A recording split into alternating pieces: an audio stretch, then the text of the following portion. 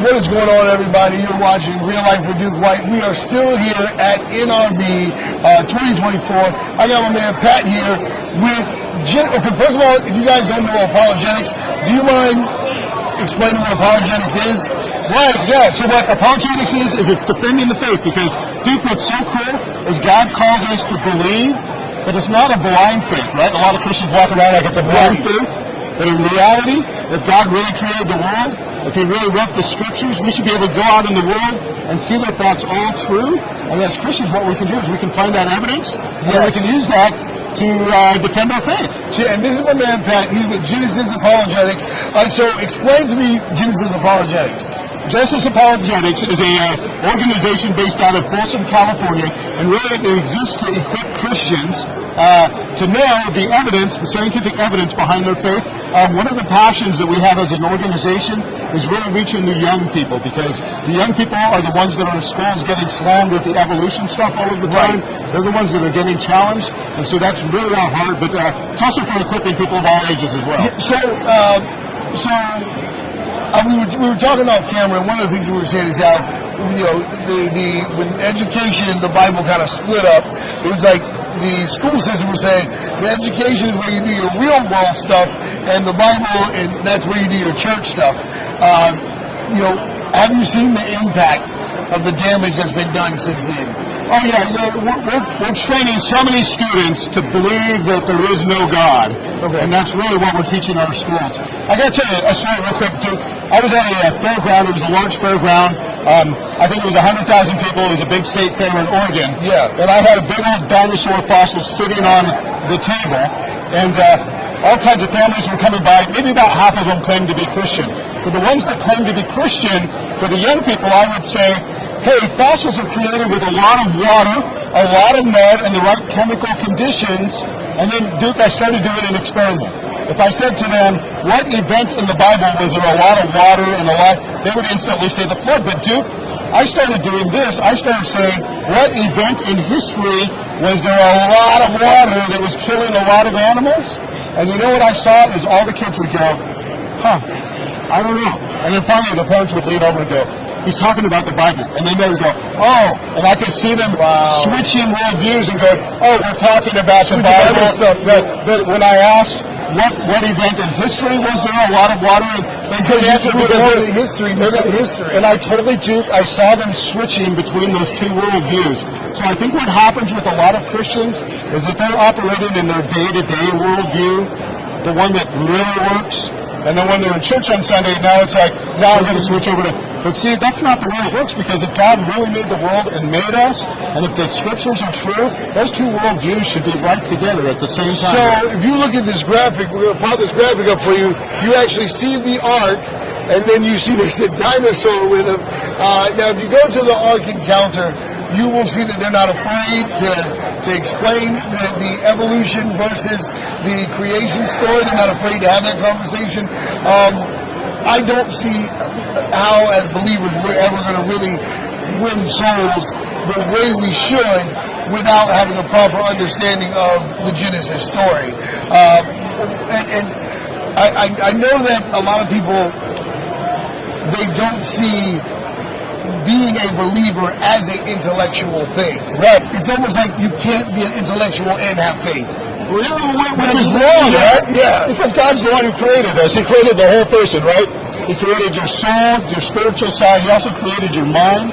So it's got to be both, right? I mean, if it's truly true, we can believe it with faith, but also we can get into the evidence and the intellectual side and see that all of the science fits with it. I think that's the issue, man, is that the word evidence is a word that we did not claim. Right. We allowed the world to take that word. Right. And one of the things I tell people is that we got to get our language back. Right. You know what I mean? Like we don't just do things out of faith. Because I tell people all the time, you have to be brave to have faith. Right. But bravery is not a conversation that you hear believers having all the time. Right. So it's like we got to be brave to have faith. We got to get our language back. We have to remember that it all belongs to God.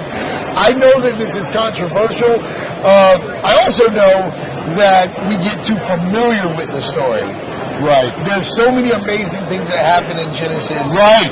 And I think we got a little too comfortable with it, maybe because we went to Bible school when we were kids, and Sunday school, and we kind of we made it a cute story. Yes. And we've underestimated like how amazing it is. The molecules were created. Yes.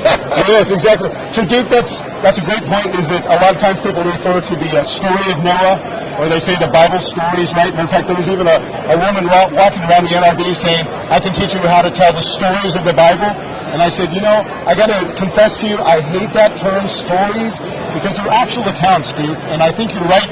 When it comes to Noah's Ark, we make it a cute little story, right? We got the little animals out there playing on the deck and all of that stuff. We make it into a story, but when you think about it, this was a real flood that really took place. And can you imagine what that flood would have looked like? We always see the little boat floating along. But think of what would have been going on. I mean, there was great scientific evidence, and by the way, we covered this in the documentary. It looks like the ocean floor was ripped apart. It looks like plate tectonics were going on. It looks like massive tsunamis were just washing across continents, picking up animals, and just slamming them down, killing them, burying them, and fossilizing them. I mean, we're talking about just an incredible event. And then you look in the kid's book and you've got the little animals out there. And everyone's still smiling. Yeah, it's just like, that's not how that went down. Right.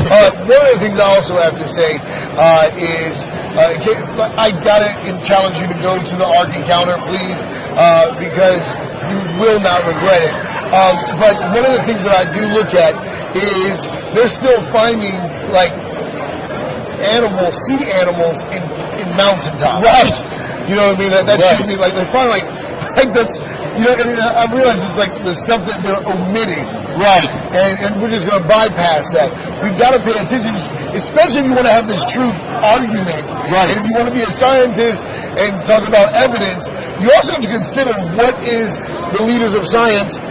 What are they omitting? What are they not talking about? Well, think about this, Duke. This has really hit me recently, and they talk about this in the documentary. They show a diagram of all the different world events, and then they show how both the secular humanists and the creationists agree that those events happened, but they explain them a little differently. So you brought up marine fossils, right, on every mountaintop. Well, the simple solution to that is that all of those mountains were covered by the ocean and marine life. Well, what they've got to say is there's been millions of years of layers that drop down into the ocean, and then it collects slowly over millions of years, and then it rises back up again, right? So they say that. They also talk about 4 different extinctions a lot of times in textbooks. One great extinction with the worldwide flood, right? So all these things are, or think about this. We see the catastrophic just killing of all these animals that took place in this worldwide flood, and then they come along and they say, well, maybe it was a huge extraterrestrial impact that actually hit the earth and killed everything. Of course, the layers that you find that in are actually in the wrong place to kill the dinosaur. So it's interesting that a lot of the things that are it's embarrassing when we can't defend it because, and that's what I'm trying to say, is that believers, we've got to be equipped. God is really, what I love about God is that he's raising up a generation that is genuinely saying, no more, we're going to talk back. Right. I do understand that there was a time where most people did believe, so disbelief was not something we really, it was almost like it'll be a matter of time before you get it. Right. But what happened is the disbelief became infectious, especially through media. Yeah, right. So now doubt can be spread, and we didn't respond in media. That's one of the reasons our organization exists, because we realized we did not respond to media properly. We were like, oh, they know to come to church. They'll get in their Bibles eventually. We didn't know that we underestimated the power of disbelief. Right. That people were going to use media to spread disbelief. Right. And so I love that God is raising a generation. I feel like it's like the Elijah going against the 400 prophets. Right. Now God is raising up prophets who are going to speak the truth through media, and it's going to. And you guys just made this movie. So the movie's called The Ark in the Darkness, Unearthing the Mysteries of Noah's Flood. The Ark and the Darkness. So this story, first of all, terrifies me. It should be terrifying because, Duke, he said that he judged the earth, right? And we said, but then he says, just like in 2 Peter chapter 3, right? It says there's scoffers that deny this, but there's another judgment coming, right? The first time, it was the ark was the way of escape. Who's the way of escape this next time? It's Christ. It's Jesus, right? So it is terrifying because God is a God who judges. But see, let me tell you why this terrifies me. Is because I want everybody to understand something. The reason, I'm not going to sit up here and cry. I just felt myself get choked up. This scripture is directly connected to something that's huge, because the reason this whole thing happened is because the heart of God was grieved. Yes. Like, that's what people don't understand. I've heard people say things like, I will never serve your God, based off this, because of the fact, the reason why they're saying they don't believe in God, why would I serve a God that flooded the earth and killed all these people? And they always use the word, these innocent people. Yes. And I'm just like, have you met a human? Deceitfully wicked hearts. Right. I'm like, this is directly, this flood, this response, this destruction, this judgment is directly connected to our behavior. Right. And that's the heartbreaking part, is that we're the only creatures that God ever grieved He made. Right. And then He overrode that grief with grace. Right. So we're also seeing this is directly connected to grace. Right. So some massive things are happening right now. We're seeing God saying, I'm going to do away with everything. We're seeing the emotions of God. Right. And He decides to go this route, which as a father, that has to be difficult. You know what I'm saying? Like, we're not giving God the credit as a father, right, or as a creator. Right. Or, you know what I mean? Yes. When we're dismissive with this story. Yes. So that's why you're like, so why does this mean so much? She was like, that's why. Yes. This is the scripture where it's like the heart of God is broken. Yes. And He was being dismissed as a father, being dismissed. And then for Jesus to come back and say, in the last days, it will be like the days of Noah. Yep. And then here these guys show up. And then I'm being like, yeah, we're running out of time, guys. There's a movie, not just a movie about Noah. Did you see the Noah movie? I did not see that. No, I did not. You're talking about the secular one. Yeah, the secular one. Couldn't take it. I didn't see it. No, sir. But you're totally right. I think the times are growing darker. Think about who Noah was. He was a preacher of righteousness. Can you imagine Noah saying, guys, there's a judgment coming? Right. And people scoffed at him, right? Right. And then they had a way of escape, but they scoffed and they didn't get in. Well, as the times get darker, it's once again, God's going to judge, but once again, like you say, because of grace, He sent twice Jesus, right? And if we've got to call out again, we've got to be like Noah saying, hey, judgment is coming, but this time the way of escape is Jesus Christ. Because, so that's really important. So I think you're right. I think the time is now that we've got to be... I get it, especially with the way we're raised in church. Have faith. I understand that. But God is trying to add something to our arsenal, right? He's trying to add, and He's like, look, you got a weapon that you can use that's actually intellectual evidence of what He did. You know what I mean? And we've got to be able to defend that. I'm not saying that it's easy to just speak about faith, but why deny that God has given us scientific evidence? Right. Why deny that? Why not include that into our arsenal? How many more people? Matter of fact, I'm finding out that scientists that try to disprove God end up coming to the knowledge of God because of this story. They're like, hey, this is not making sense anymore. Yeah. Have you noticed that? Oh, yeah. Lots of people who set out to try and disprove God using the evidence actually turn out to... I think about NASA all the time. Dude, you know what? They've got this incredible evolutionary worldview, and yet the discoveries they keep making keep showing over and over again that there's a creator, right? We keep seeing design throughout the universe. Every discovery they make actually points right back to what I like about it is when they go, I like about it when they find something like a divine, something, they go, oh yeah, that's extraterrestrials. They would rather believe in aliens than exactly. Yeah. You know what I mean? And so now there is a rumor going around that the ark has been found. Right. I'm pretty sure you've heard about that. Right. I wouldn't doubt it. You know what I mean? With the technology that we have today. But I'm just saying, guys, like the fact that the secular world has not stopped their infatuation. If this was something so easily dismissed, why keep talking about it? Right. If you already don't believe. Right. Well, why keep talking about it? Well, it's because Romans 1 says that They know the truth, and they suppress the truth. And that will not you know what that acknowledge him means, as dude? God. Is that even the most staunch atheist, in his heart of hearts, if you could knows. peel away the onion shells, onion skins, Yeah. they know that there's a God, and that's why they don't let him alone. Hey, real quick about the discovering of the ark. I have a good friend, Dr. John Morris, who just recently passed away. Searched for the ark his whole life. He's convinced that it's not up there. They haven't found the ark yet. Maybe it's there, maybe it's not. Yeah. It hasn't been discovered yet, but wouldn't that be awesome if someday it was? Yeah, and I just don't want anybody like jumping on the bandwagon, and saying they found it. Just calm down until we figure it out. You know what I mean? But right now, you want to watch this and get the story. But it would be amazing if they did find it. You know what I mean? But I just know that sometimes believers tend to jump on the first thing. Right. And it's like, oh, that didn't happen, and then we look stupid again. Don't do that. Don't embarrass us. Dad's watching. Dad's watching. Dad's watching. Don't embarrass us in front of Dad, man.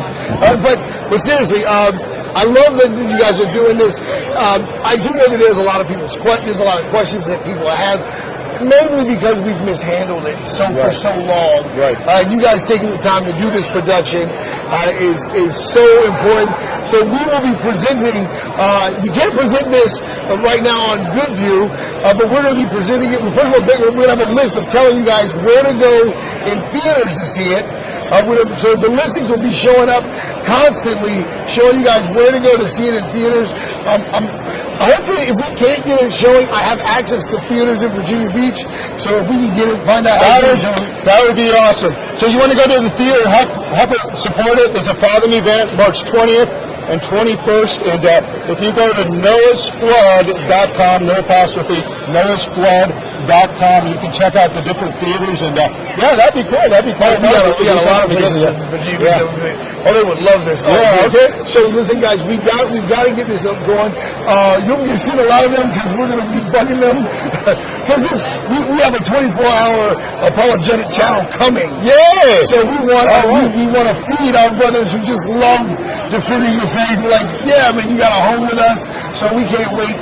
Make sure you guys understand this is coming out March 20th and the 21st. Now, we will be featuring some other, what's the other one that you guys are sending us? The other program that's already on YouTube. Oh, boy, I'll be saying that. What is it called? What's the name of Genesis Impact. Genesis Impact. Yeah. Okay, so you guys are going to be picking up Genesis Impact, right? Which is really cool. That goes through and looks at the ape-man fossils. Right. So this is, besides this is the other one that freaks people out. Yeah. The other conversation. Well, it's interesting, too, because we did Genesis Apologetics did a survey several years ago saying what is the most compelling evidence for evolution, and they said Lucy, the ape-man fossil, right? And when you start looking at Lucy, you find out that she was nothing more than a chimp, and yet they try and make it look like she was walking upright. But anyway, Genesis Impact actually goes through and talks through several different ape-man fossils and actually debunks them. I'm sort of laughing because I do remember internally trying to figure it out, but I couldn't tell anybody. And the thing is, it was when I got to the Ark encounter that I got really embarrassed that even happened. Because, like, the story at the History Museum in D.C., okay, it actually says that we came from a fish. Oh, yeah. To a fish, then to a rat, then the rat turned to a monkey. Makes sense. And then I was just like I felt myself getting dumber as I was watching it. And I'm not calling people names. I'm saying this is how I felt. And I was like, wait, if I let these people make me think that I came from a fish, then to a rat, then to then a monkey. Yeah, then the monkey, then the ape man. Like, that's a lot of faith. Oh, that requires more faith. So dude, think about this. I used to go out to high school campuses all the time, and just as school was ending, I'd stand with my little toesies just not quite on the campus, and I would have one of those ugly ape-man magazine covers, and I would go, yo, you guys evolved from this? And a bunch of kids instantly would gather around me, and I would say, how many of you believe that you evolved? And here's what I saw, Duke, is just a few kids, loud and proud, would believe that they evolved. And then I'd say, how many of you believe that you were created with purpose? Almost all of the students, even the non-Christians, would kind of look at their feet and go like that. And you know what that told me? Is that inherently they know that they were created with purpose. And so when you tell a story of fish to ape-like creature to human. You know, they don't really believe it. It takes a lot of schooling and brainwashing to get to that place. It's like saying it out loud, like, yeah, we came from fish. What? Yeah. See, inherently, we know that, but, you know, the enemy comes along to deceive, and when the teacher keeps pounding on it over and over again, by the time they get in college, now all of a sudden they're buying into the deception, right? Yeah, and so when you look at, again, it's the same people. So the same people with the Big Bang are the same people telling us that we came from fish, right, turns into monkeys and things. And like for you guys to do what you did, you know, and even with the Ark Encounter, like to go and say, this is that story, this is the story that we're saying, like, you can't deny it. You can't deny when you see that we were made with purpose. God did do this in order. There was, and then even for this to happen with the broken heart of God, and then this idea that the human race was saved by grace, right? You know what I mean? And I'm like, guys, you see it, that the creator of the entire universe had compassion on us. Right. And the real reason that we exist isn't because that he created us. The real reason he exists is because he chose not to destroy us when he could. Yeah, that's a good point. Isn't that weird? That is. You know what I mean? And so while we're using his creation to disprove him, you know, and this is why I want you guys to get passionate about the things of God. You know, it's not like you have to cut off your spiritual side to entertain reality. Right. It's who you are in God is reality. Yes. And we don't want to oppress that. We don't want to suppress that. We want to let who God created us to be. Thank you so much, man. Dude, I could be talking to you all day. Likewise. Like, this seriously, like, they're like, we got other people to talk to. They're like, no, we don't. We're good right here. Well, Duke, you're a great interviewer. I love your heart. I love that you guys are doing this. Thank you so much. And remember to go to the theater. Support the movie. Well, did you, social media, everything. Tell them everything. Social media, how to get in contact with you I guys. did. I think the best way is go to noahsflood.com. Listen, if you already believe this, go, because there's tons of evidence. There's awesome animation that's going to happen. We interviewed 11 different experts, so it's going to be really faith-building. Or maybe you want to take a friend, Duke. Maybe they could take a friend who's kind of on the edge of believing all this. Yeah, maybe even a non-believer to be challenged by the evidence. So, listen, there's a lot of reasons to get to the theater. And you know, the other thing, Duke, that happens when you have a Fathom event and Christians show up, you know what that does for the industry is it communicates that Christian movies are worth producing, right? Absolutely. So, and we're going to be promoted on Current FM. Don't forget currentfm.com. WJLZ Current FM, 88.5 FM, 97.9 FM, 103.7 FM, and 103.9 FM. We have 4 FM channels that will be promoted all up there on Current FM. So make sure you check that out. And then we're going to try our best. We're going to talk to them, see how we can get this played at the FFX Theater in Virginia Beach on the ocean front, which is great because that's not scary. We're watching a movie about the flood on the ocean. I love that idea. We got to get it. remember the rainbow. Yeah, remember the rainbow. You're going to be right next to the ocean. Right. Just know that that's an extension of his grace, but it could have been different. See you guys soon.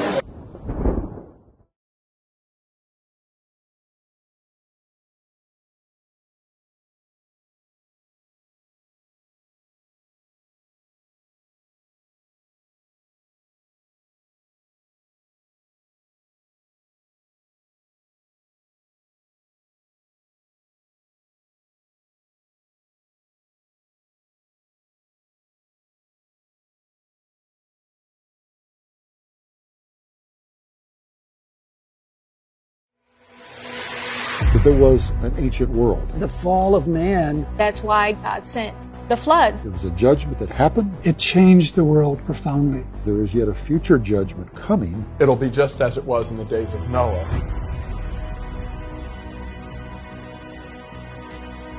In the last days, the end times. They will be surprised when Jesus comes.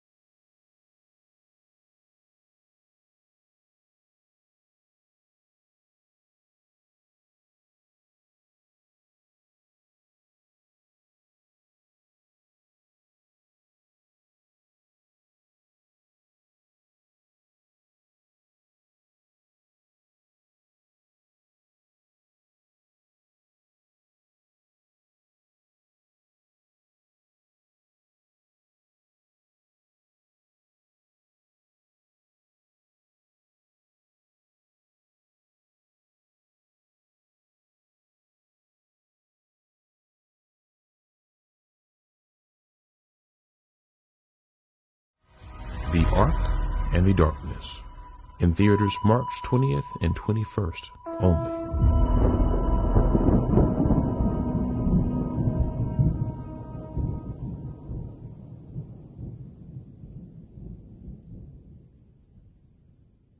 Hi, I'm Robert Shepard. America has approximately 580,000 homeless people. My area of Virginia estimates 5,783 people living on the streets. A Google search can show the homeless number in your state. You can make a difference. Please send a message that God loves the homeless and has not forgotten them. Go to www.comingsoonjesus.org and click on Fundraising. Purchase the Coming Soon Jesus t-shirt or hoodie. The CSJ team delivers the shirts and hoodies to homeless shelters, churches, and even directly to the homeless. Together, we can make a difference. Together, we can help the homeless. Please go to www.comingsoonjesus.org. Purchase a t-shirt or hoodie for the homeless today. God bless you as you bless the homeless.